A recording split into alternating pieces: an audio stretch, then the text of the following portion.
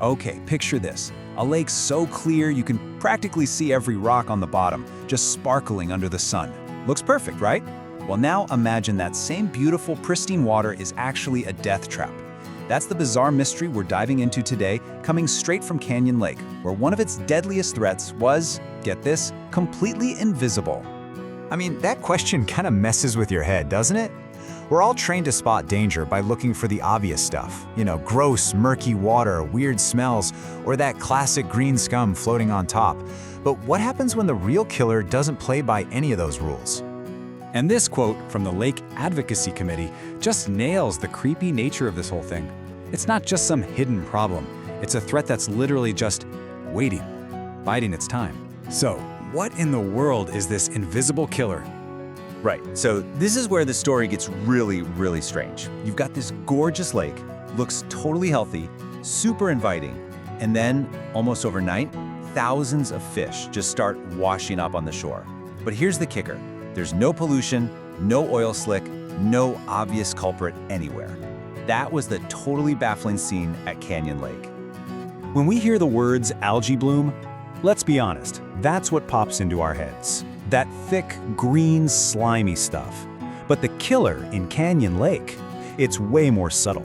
It's a microscopic predator that doesn't need to shout its presence with a big green mess.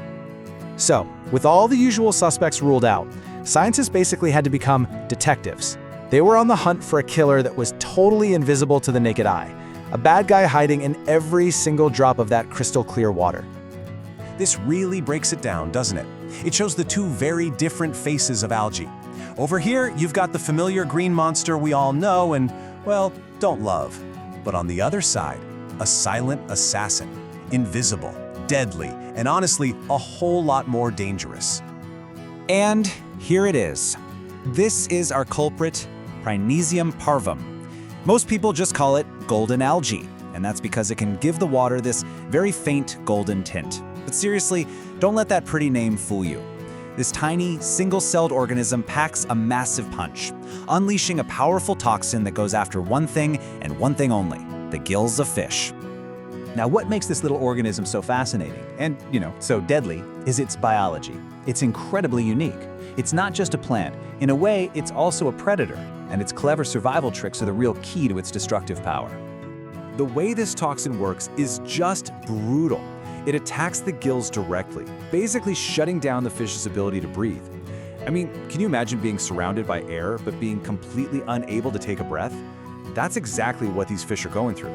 They're suffocating in water that's full of oxygen. It's wild. So here's the secret to its success. It's something called a mixotroph. Think of it like a hybrid car, but for the microscopic world. It can cruise along using solar power, just like a plant.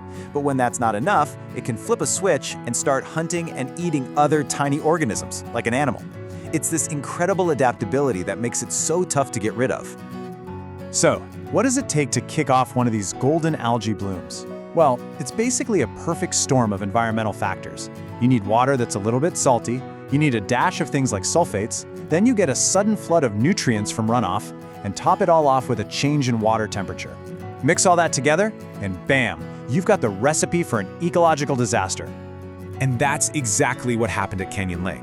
All those ingredients came together to create this massive, real-world crisis.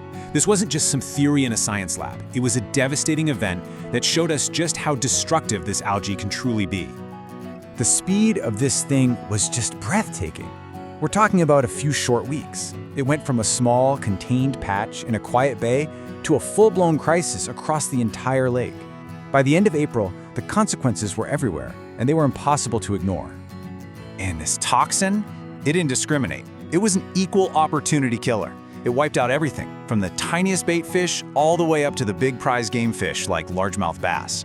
This wasn't just a loss for the ecosystem, it was a huge blow to the whole community that loves and relies on that lake. And to really understand how bad it got, check out this number, 30,000. At its absolute peak, there were 30,000 of these golden algae cells in a single milliliter of water. I mean, that's a tiny amount of water. It's an almost unbelievable concentration of this tiny killer, and it's exactly why so many fish died. So, what's the big lesson here from the tragedy at Canyon Lake? Well, it's a huge wake-up call, that's for sure. It reminds us that what we see on the surface, that's often just a tiny piece of the whole story. The real dangers are often the ones we can't see at all.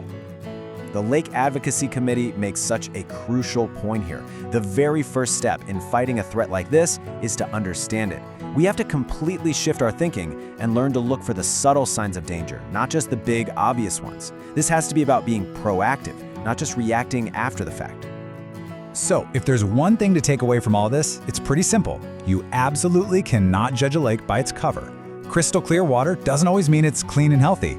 The real story of a lake's health is written in that invisible world right beneath the surface. So the next time you find yourself near a lake or a river or any body of water, maybe just take an extra second. Think about that hidden world just below the surface. What story is your local water trying to tell you? And more importantly, are you listening?